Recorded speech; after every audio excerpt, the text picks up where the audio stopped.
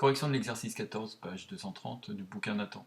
Donc tout repose sur la formule A, nombre de masses, égale Z, numéro atomique plus N, nombre de neutrons. Z est toujours en bas à gauche de la notation du noyau, donc on a un 1 ici, A est en haut, donc un 1 ici. Le symbole est forcément donné ici, donc l'élément c'est H comme hydrogène.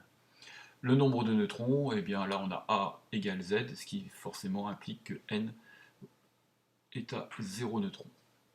Alors, certains parmi vous, je sais, ne l'avaient pas vu, mais puisqu'on nous donne l'élément H, eh bien ça marche aussi dans l'autre sens.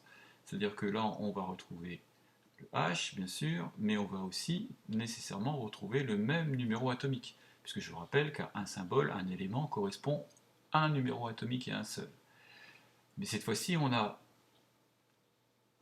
Z égale 1, donc un proton, plus un neutron, ce qui nous donne 1 plus 1, devinez quoi, égale 2 en nombre de masse, d'où le 2 ici. Z égale 6, alors un petit aller-retour sur la classification périodique, et l'on se rend compte que Z égale 6 correspond au carbone. Donc si c'est l'élément carbone, c'est un grand C qu'on retrouve dans le noyau. On amène le Z ici. Et pour le A, eh bien A égale 6 protons plus 6 neutrons, 12 qu'on amène tout en haut ici. Voilà, pour le carbone, c'est 6, 12.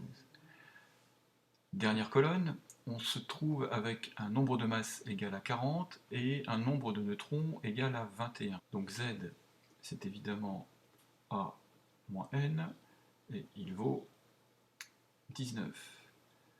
Là encore, un aller-retour sur la classification périodique nous amène dans la case numéro 19, le potassium, symbole grand K, et le noyau K, Z égale 19, A égale 40.